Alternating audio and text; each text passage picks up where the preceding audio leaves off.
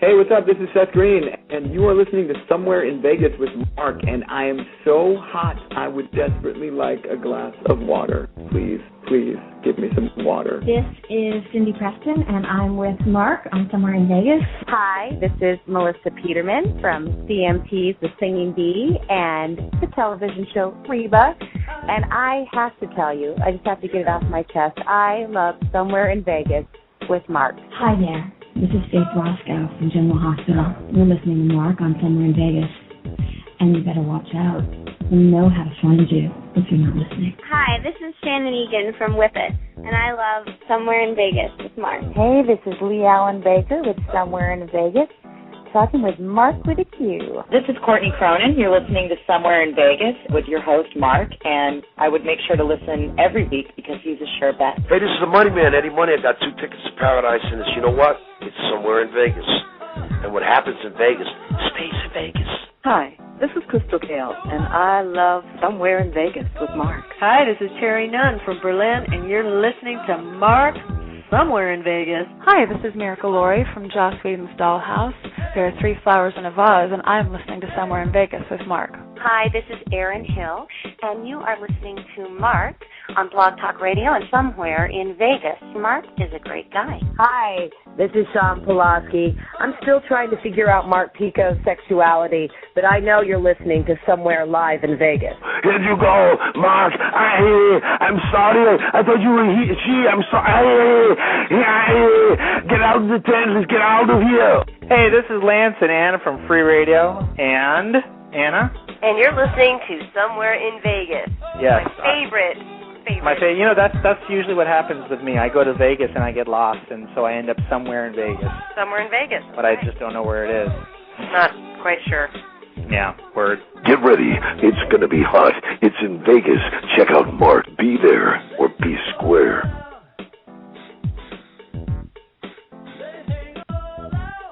My guest this time is a very talented filmmaker and documentarian. He has had several really great stuff, including the U.S. versus John Lemon and Herb Alpert Is, which is currently on Amazon right now. His newest project is really great. It's called Sergio Mendes and Friends, A Celebration.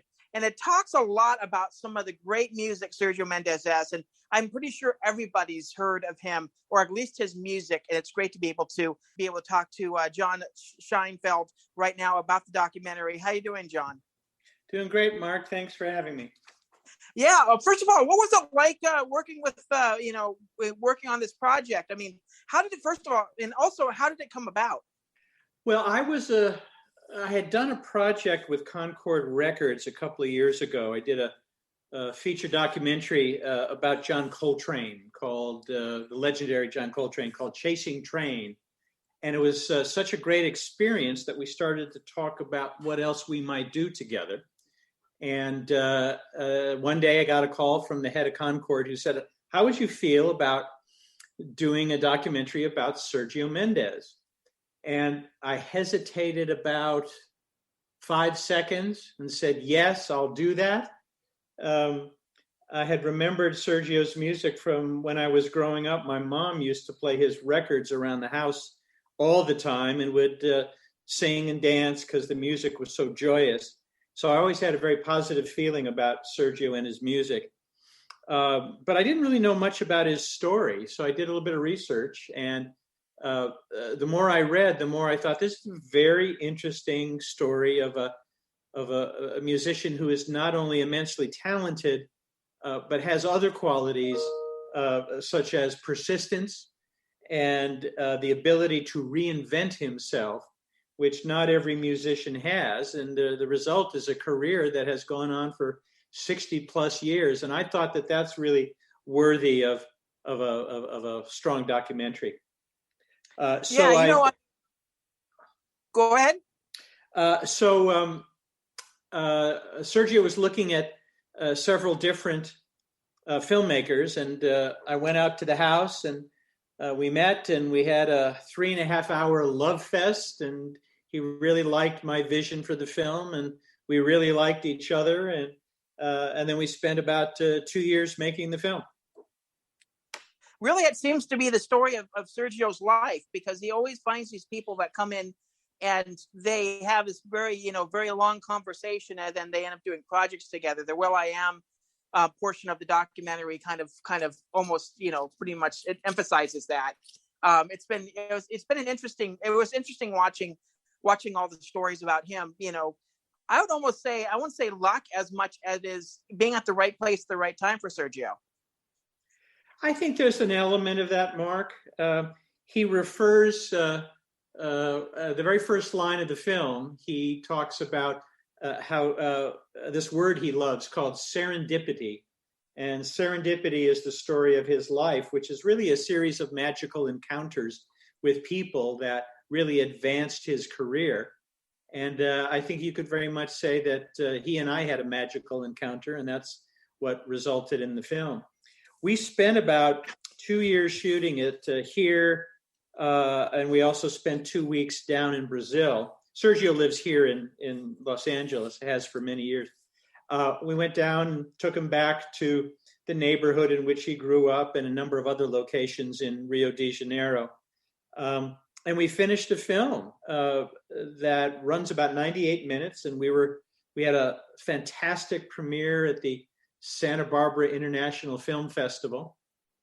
The film is called Sergio Mendes in the Key of Joy, and we were going to be in theaters late spring, early summer of 2020. And of course, like so many movies, COVID put an end to that.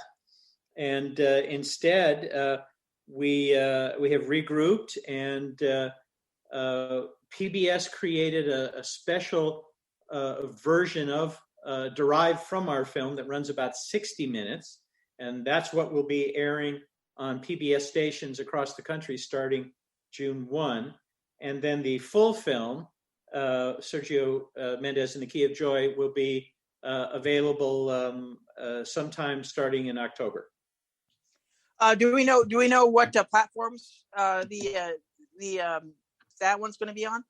Not yet. We are in discussions with a number of them.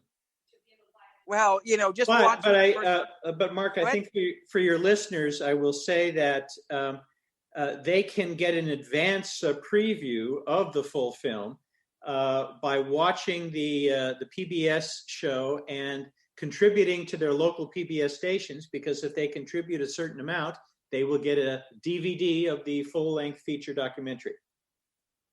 Well, I mean, that's great to hear. I mean, like I said, just watching the first 60 minutes. I mean, I'm intrigued about some of some of the stuff that you did cut out, because there's so many great stories in terms of some of the things that he's done, and in terms of kind of stretching the music throughout the decades. I mean, he brought Bossa Nova here to the United States, and he ended up doing some really great work in the 80s. Which is a little bit of a different stretch from what he usually does. When in the 90s and the 2000s with doing the soundtrack to Rio, which is really, really great. So he's really kind of transcending the generations as well. I mean, what's it like for him to kind of see that his music has transcended the generations, from those that were in the 50s that grew up with his music in the 50s and the 60s to all the young kids that may have watched Rio? I think that's what makes him unique as a musician, is that he has been able to span the generations in that way, and really has had significant musical achievements in every decade. I think it's a great source of pride for Sergio. But the interesting thing, Mark, about Sergio is he rarely looks back.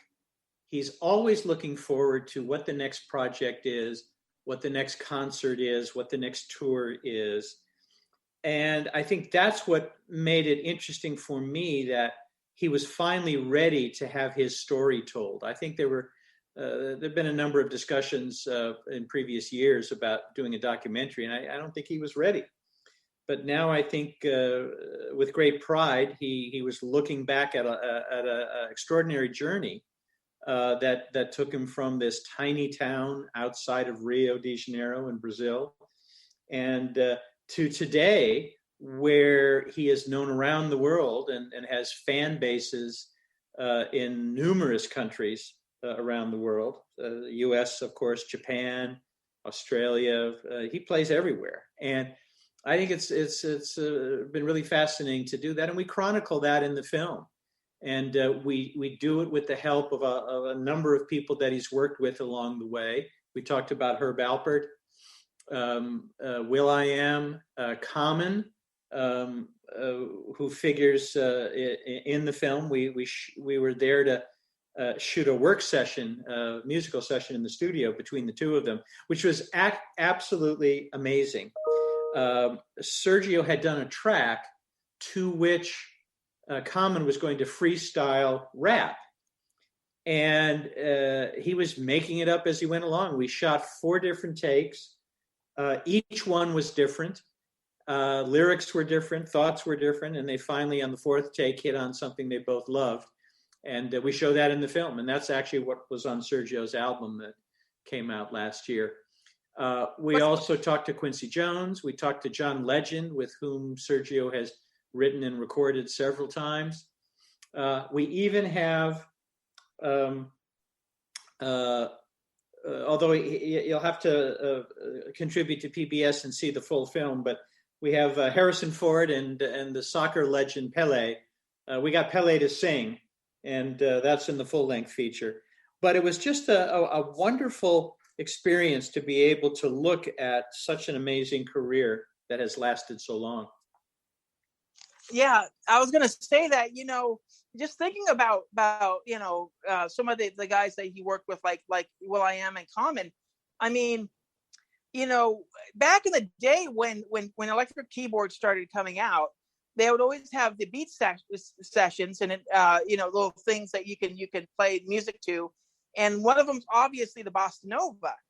So you kind of think that back in the day, it was the first kind of almost first beat that a lot of people probably started hearing and starting to, rap to or whatever. So it's kind of interesting. It's an interesting rhythm, to say the least. And like I said, I don't think anybody has done so much to make Bossa Nova kind of beat popular than Sergio. So it's kind of interesting in even that case.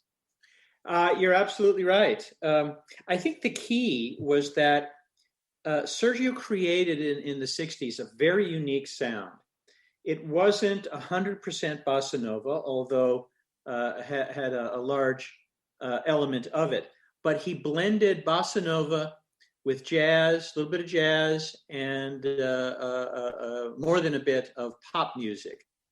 And that's, I think, why Sergio Mendes and Brazil 66 caught on as strongly as they did in the 1960s.